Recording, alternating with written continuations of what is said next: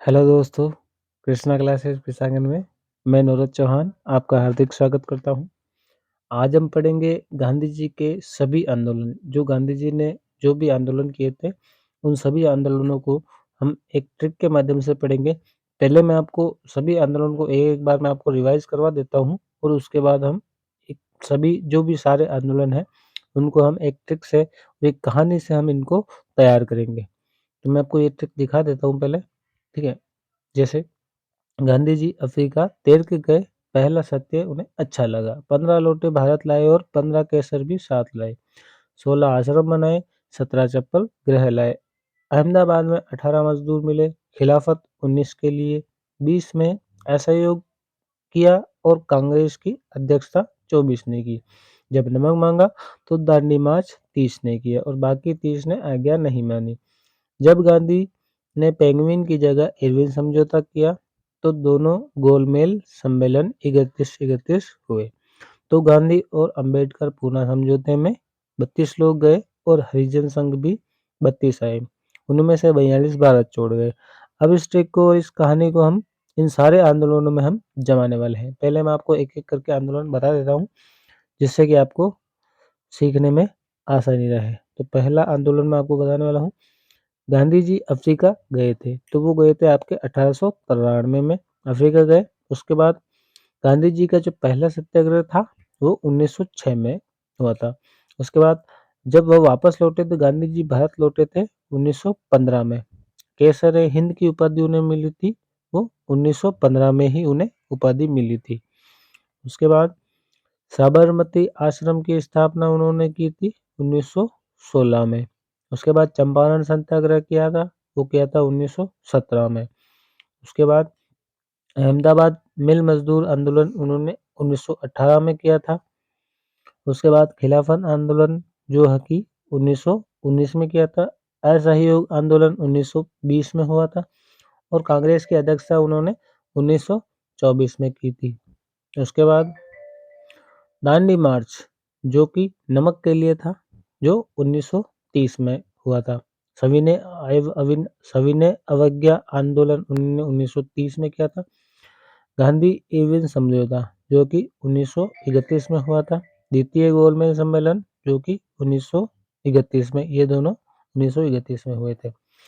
पूना समझौता, जो कि गांधी और अंबेडकर के समझौते के साथ हुआ था, साथ में था, जो 1932 में हुआ था। हरिजन संघ की स्थापना उन्होंने 1932 में की थी।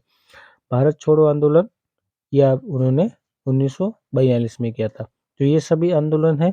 अब इनको हम एक सीधी, ये सारे आंदोलन मैंने अभी बताया आपको याद रखने के लिए,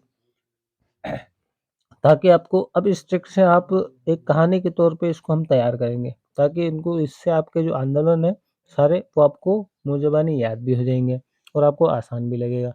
और अगर आपको ये ट्रिक और ये कहानी अगर आपको पसंद आए, तो इस वीडियो को लाइक और सब्सक्राइब ज़रूर करिएगा और बेल आइकन ज़रूर दबाइएगा। तो ट्रिक है, अब देखना। गांधी जी अफ्रीका तैर के गए, यानी कि गांधी जी तैर के गए। अब तैर का मतलब क्या हो रहा है यहाँ पे देखना, मैं आपको बता देता हूँ। तैर का मतलब क्या होता है? तैरान में, ठीक है? तैर यानी तरान में और तैर एक ही जैसे है, ठीक है? तो 1893 में तो ये आपका हो जाएगा कौन सा?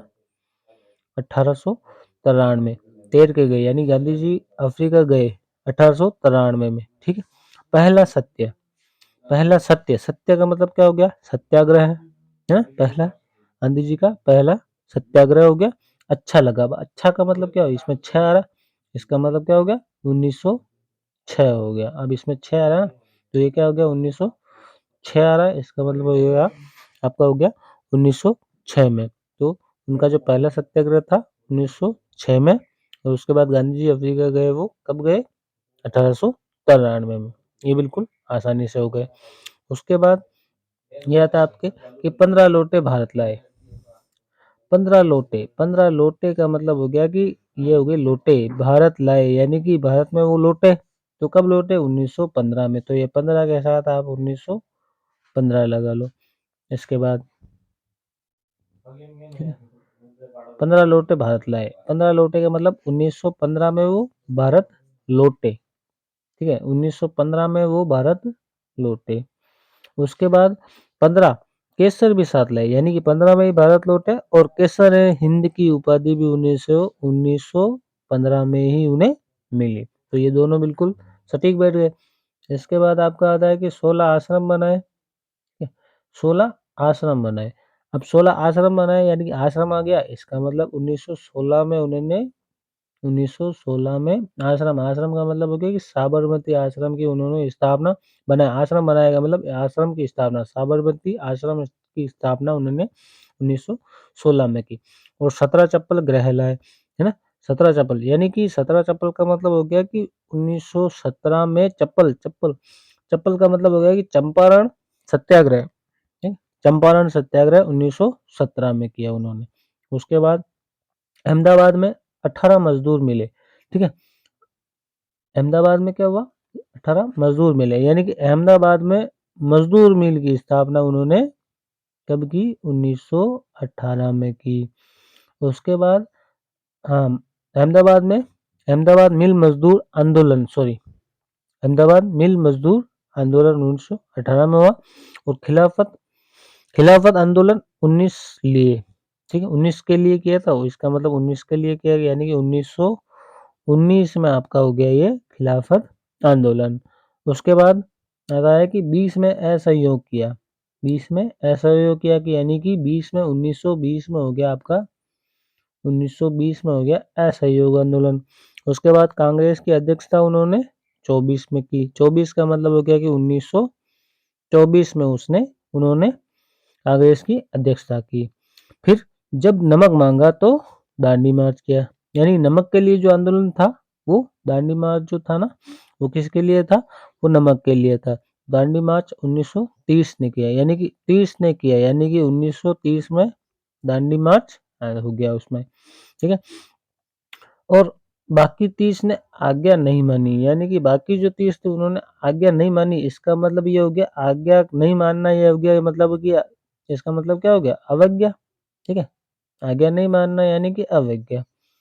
तो ये आपका हो गया सविनय अवज्ञा आंदोलन। तो वो किसमें हो गया? वो भी हो गया आपका 1930 में। उसके बाद जब गांधी ने पेंगुइन की जगह इरविन समझौता किया, यानी कि पेंगुइन की जगह क्या हो गया आपका? इरविन समझौता हो गया, यानी कि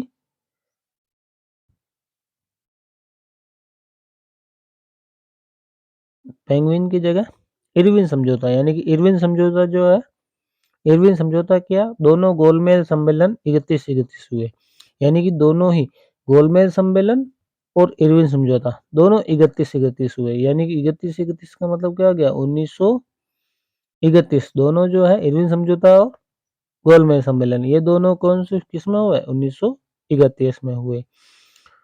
तो गांधी और अंबेडकर पूना समझौते में, देखिए यहाँ पर देखो कि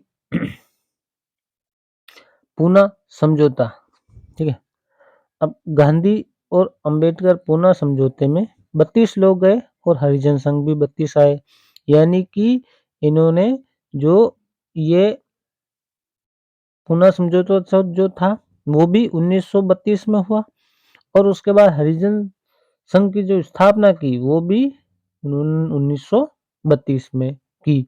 उसके बाद उनमें से 42 भारत छोड़ गए। अब 42 भारत छोड़ गए यानी कि 1942 में भारत छोड़ो आंदोलन हुआ। समझ में आया? ठीक है। 1942 में कौन सा आंदोलन था?